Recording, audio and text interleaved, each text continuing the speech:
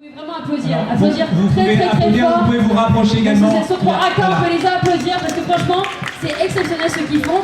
Transmettre la culture comme ils le font auprès des plus jeunes, c'est hyper important. De toute façon, elle va continuer à jouer tout à l'heure. On aura, là c'est un petit amuse-bouche, mais je suis contente d'accueillir Déborah. Mais j'aimerais vraiment que tu nous présentes en fait l'association 3AK et nous expliquer en fait quelle est la mission. Allô? Oui, ça marche. Oui, ça marche. Okay, d'accord. Bonjour à tous, je suis ravie d'être là déjà, en premier lieu. Et puis l'association 3AK, en fait, c'est l'acronyme de Association des artistes associés Khmer. C'est-à-dire que c'est une association purement culturelle et qui a pour vocation de transmettre aux plus jeunes, comme aux jeunes adultes, et que ce soit les Khmer, les Franco-Cambodgiens ou juste des amoureux du Cambodge, qui souhaiteraient vraiment en savoir plus sur notre culture à nous. D'accord. Et ça fait combien d'années que cette association est née? Elle a été créée à la fin de l'année 2014 par Madame Lexana Chamchai. Et elle a vraiment pour vocation de pouvoir donner à tous la chance de découvrir l'art khmer qui a été pendant de très nombreuses années oublié, massacré même, et qui a pu renaître de ses cendres grâce à des initiatives comme cela.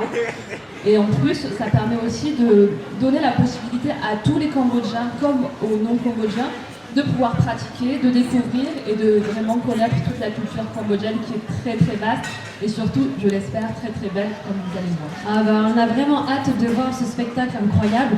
Je tiens vraiment, alors comme tu dis, Madame Lacana, elle n'a pas osé monter sur scène parce qu'en fait c'est une femme de l'ombre. Mais elle est là. Elle est bien là et c'est pour ça que je tiens vraiment à la remercier.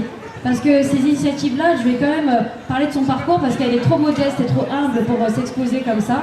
Mais je compte bien la faire monter sur scène, ne vous inquiétez pas, vous pouvez compter sur moi.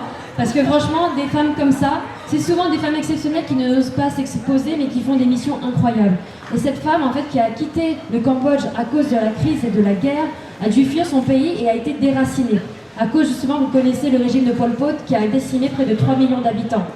C'est juste terrible de se dire que de ces horreurs-là, on se retrouve avec des êtres humains qui ont été déportés, qui ont dû subir en fait une dictature et ont dû fuir un pays qu'ils aimaient. Et souvent ces personnes-là, par amour, parce que le déracinement est trop violent, se mettent en mission et en tête de devoir faire quelque chose pour se reconnecter à leur culture. Donc moi, ça m'émeut particulièrement, parce que je me dis, des personnes de ce courage-là, c'est important de mettre en avant leur savoir-faire, leur amour de la culture, et c'est ma mission, moi, en tant que, jeune, on va dire, oui, je suis française, d'origine asiatique, je suis née ici, et c'est ça qui m'émeut, parce que justement, je n'ai pas à choisir entre mes deux cultures, j'ai la chance d'être d'ici, mais d'être aussi de là-bas. Et l'objectif de cet espace d'animation, c'est vraiment de promouvoir la culture asiatique francophone et de vous faire comprendre un peu quels sont ces symboles, ces codes et pourquoi l'art est universel, pourquoi l'art nous émeut à ce point-là, c'est parce qu'il n'y a pas de frontières. Donc vraiment, je suis vraiment heureuse et honorée de votre présence. Et Lacana, s'il te plaît, je te demande de t'avancer, s'il te plaît, Lacana. Elle va être en train de crier dans les vestiaires. Je sais que si vous voulez bien m'aider à la chercher. Lacana, je suis sûr que tu nous entends. Ne fais pas la sourde. On sait que tu es là. Et je suis sûr que si tu entends tous les applaudissements, oui, tu vas venir. Vous pouvez applaudir vraiment parce que l'initiative comme ça, c'est super important. Donc Lacana, si tu m'entends, s'il te plaît. Alors sinon, on vient te chercher. Mais tu vas aller la chercher. Tu peux aller la chercher, Cédric, parce que pour moi, c'est des femmes de l'ombre qu'on ne voit pas, mais elles font un travail titanesque. Titanesque pour mettre en avant la culture, pour pouvoir la promouvoir, pour faire en sorte qu'elle ne s'oublie pas. Et donc elle a vraiment bataillé tellement dur, vous ne pouvez pas imaginer, parce que les codes, normalement, ce genre de spectacle que vous allez voir, je peux vous assurer que ce n'est pas tout le monde qui peut le voir. Parce que c'est des danses qui sont sacrées, c'est des danses célestes, et c'est seulement dans des conditions particulières. J'ai dû ruser un peu, mais elle est là. Lacana. Ah, elle fait attendre. Applaudissez-la fort, s'il vous plaît. S'il vous plaît, applaudissez-la. Elle mérite vraiment des applaudissements. Vraiment. C'est très très important pour moi. Merci beaucoup. Merci. vous attend également à la maison du Cambodge pour les entraînements pour tous vos enfants. Peu importe française, mère ou autre. C'est important. C'est important. Est-ce que Maison Cambodge, c'est dans le cité universitaire. dans le 14e arrondissement de Paris. C'est ma vice-présidente qui doit présenter. Elle voulait pas parler. J'ai dit non, tu vas venir parler. Parce que c'est important. On peut applaudir fort, s'il vous plaît. Vraiment, applaudissez-la fort. merveilleux. Donc vraiment, c'est vraiment exceptionnel. Et comme je le disais, ces danses-là sont sacrées. Tous les danses et tous les professeurs de danse Apsara, je peux vous le confirmer, c'est souvent en fait sûrement dans les institutions, enfin dans les grandes institutions entre guillemets gouvernementales, dans des contextes bien religieux particuliers où se manifestent ces danses. Donc ces danses Apsara qui sont des danses célestes et sacrées, normalement il y a des conditions particulières pour figurer justement des personnes qui montent sur scène. Donc c'est vraiment une chance incroyable de les avoir ici sur la scène de Bubble Finlandesia à la Foire de Paris. Donc pour démarrer, j'ai envie de te dire à toi de me donner le top départ. Hein. Alors, avant de faire la danse Apsara, on va continuer quand même le petit Bien sûr, interlude musical qui avait été commencé par Sotrir. Et donc on va appeler son professeur qui va venir et qui va maintenant vous applaudissez, applaudissez. De la musique populaire cambodgienne. En fait, ce sont des musiques qui sont interprétées souvent dans les campagnes cambodgiennes. Celle-ci, vraiment, elle est la première que vous allez entendre. C'est la musique du Cambodge, c'est-à-dire qu'elle est joyeuse, festive et pleine de partage. J'espère que ça va vous plaire. Ça va nous plaire, applaudissez fort s'il vous plaît.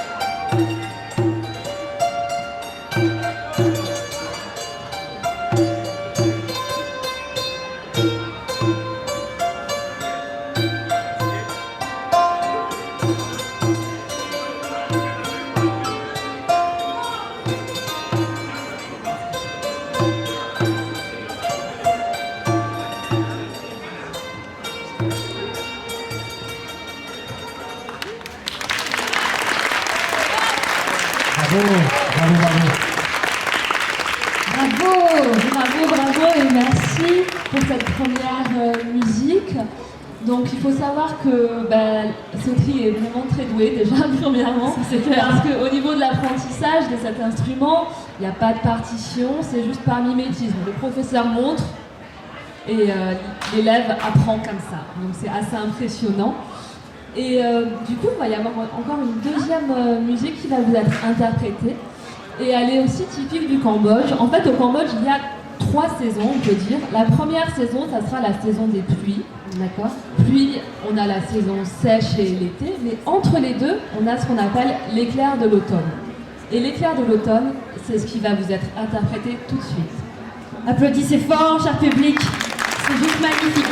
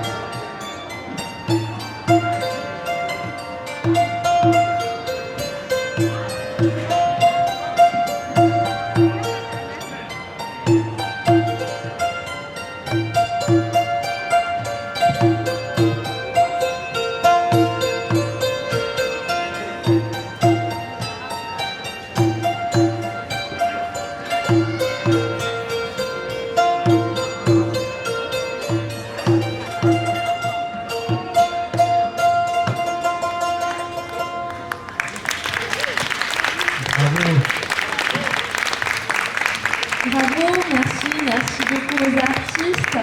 Alors, il faut savoir que ces artistes sont présents à la pagode de Tremblay en France. Et vous pouvez pratiquer avec eux, apprendre et découvrir la culture cambodgienne à la pagode de Tremblay en France. C'est le samedi à 14h, c'est ça? Oui, voilà, samedi. Tous les samedis à 14h. Vous êtes les bienvenus. Merci. Merci, applaudissez. C'est magnifique, bravo, bravo. Oh, trop belle. Magnifique, Sophia. Alors après cette jolie interlude musicale, on va passer à la partie danse, donc qui est très cérémoniale. La première danse, ça sera une danse du répertoire traditionnel khmer, donc vraiment de la danse classique. La danse Apsara est une danse traditionnelle du royaume du Cambodge qui remonte au 7e siècle. Cette danse constitue un véritable symbole de la culture cambodgienne. Et c'est cette danse qui recouvre les murs de pierre du site d'Angkor et de la ville antique d'Angkor Thom. La danse Apsara est une partie essentielle de notre culture qui trouve ses racines notamment dans les mythologies hindoues et bouddhistes. Les origines de cette danse se trouveraient donc en Inde. Selon la mythologie hindoue, les Apsaras seraient des esprits féminins, des nymphes magnifiques qui représentent l'eau et les nuages. Ces éléments s'expriment très nettement dans la fluidité et la grâce de la danse que vous allez voir. Ce sont des messagères de la paix. Les Apsaras utilisaient souvent leur danse et leur beauté pour séduire ou bien piéger ceux qui menaçaient la paix ou le pouvoir du roi des dieux. Le pouvoir des Apsaras sur les hommes était incomparable. Tant les mortels que les divinités, personne ne pouvait résister à leur charme. Ces danseuses célestes sont appelées donc Apsara en ancien sanskrit. Aussi, le plus célèbre des rois khmers que l'on peut voir sur les façades du temple du Bayoan, qui est Jayavarman VII, aurait eu à son service plus de 3000 danseuses Apsara à sa queue. Ouais, il était Pas mal, il se mettait c'était bien, pas mal. quoi. Hein. Bien que la danse Apsara ne fût traditionnellement réservée qu'au roi et à sa cour, elle est aujourd'hui proposée à tous les Cambodgiens et aussi aux touristes, ce qui est très intéressant, et c'est vraiment dans le but de promouvoir notre culture au plus grand nombre. Lorsque le rideau de la scène va s'ouvrir, les danseuses Apsara vont se placer dans la même position que celle des sculptures sur les anciens temples khmers. Ensuite, elles vont danser, prendre l'espace de toute la scène, et à la fin, revenir dans leur position figée pour redevenir une jolie statue. C'est parti pour la danse Apsara. Applaudissez fort, s'il vous plaît. C'est vraiment exceptionnel, vraiment.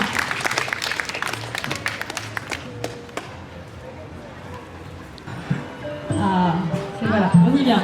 C'est parti. C'est parti.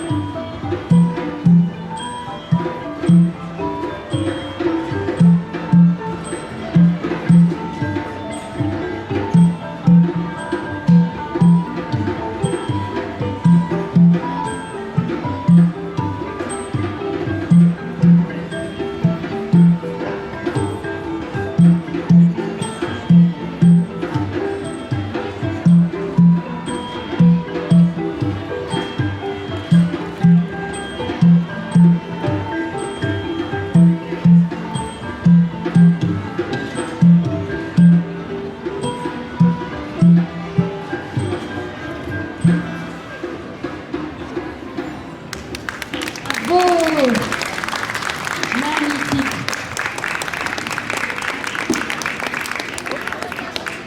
Bravo, merci.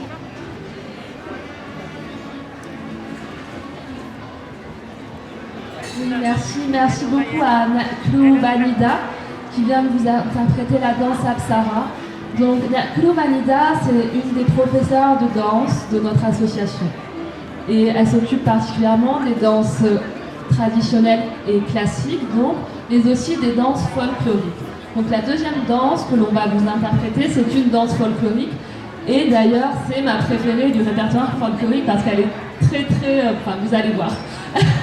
Enfin, pour moi, elle est très expressive et puis les costumes sont vraiment les plus beaux de tous les costumes, je trouve, du répertoire folklorique. Donc la deuxième danse, ça s'appelle la danse des pans. La danse des pans de Pailin. Pailin, en fait, c'est une région qui est limitrophe entre la Thaïlande et le Cambodge. C'est donc une région où il y a beaucoup de pierres précieuses, reconnues par ces pierres précieuses, et les négociants sont nombreux dans ce coin du pays. La danse des pans de Pailin met en scène deux pans qui se font une parade nuptiale. Pendant cette parade nuptiale, ils vont attirer les regards de tous les badauds qui vont se trouver aux alentours. Et donc ils vont venir voir et donc il y aura un petit auditoire autour d'eux. La parade nuptiale va être interprétée par des artistes confirmés de notre association et ils vont porter des costumes et des accessoires qui sont confectionnés par des maîtres artisans khmers qui contribuent à la création d'une atmosphère que je trouve particulièrement enivrante et envoûtante. L'univers sonore va accentuer cette atmosphère et projeter ainsi vous, spectateurs, dans un voyage au-delà du temps et de l'espace. C'est parti pour la danse des pans de Pailin. Applaudissez, merci, chers publics.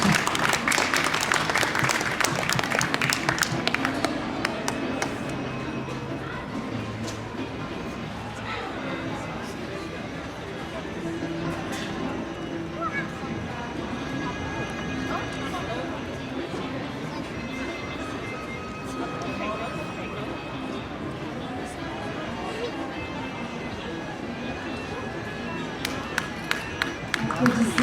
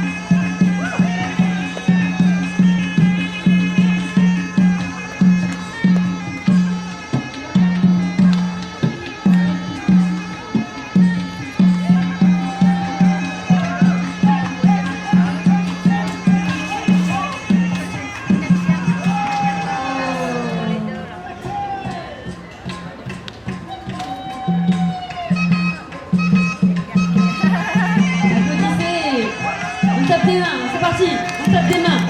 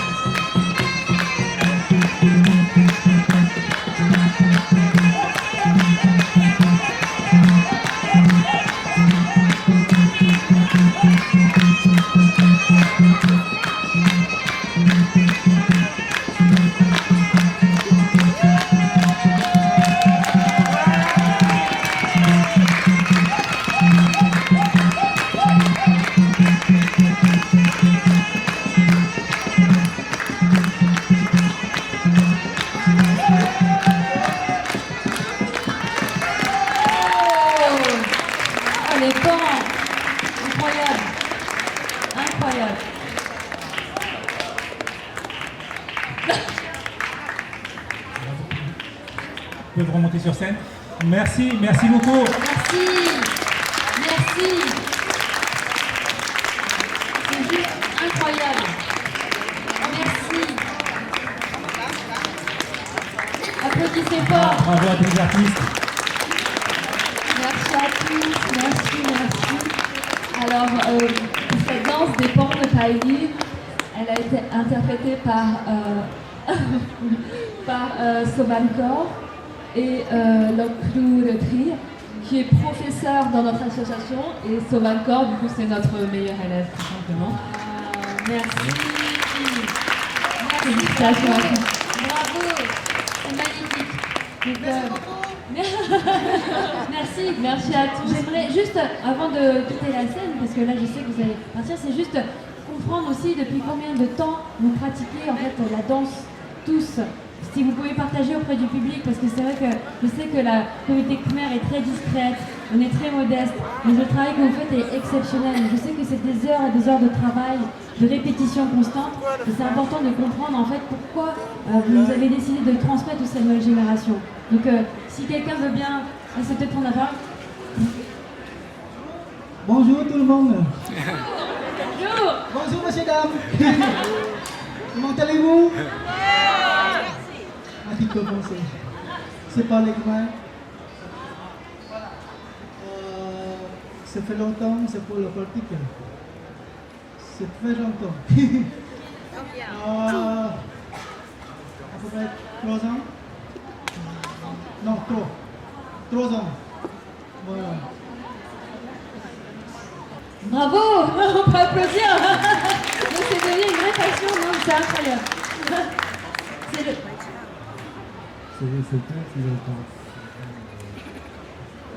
C'est le professeur qui nous entraîne, avec les 2 professeurs qui vous entraînent tous les dimanches, c'est ça?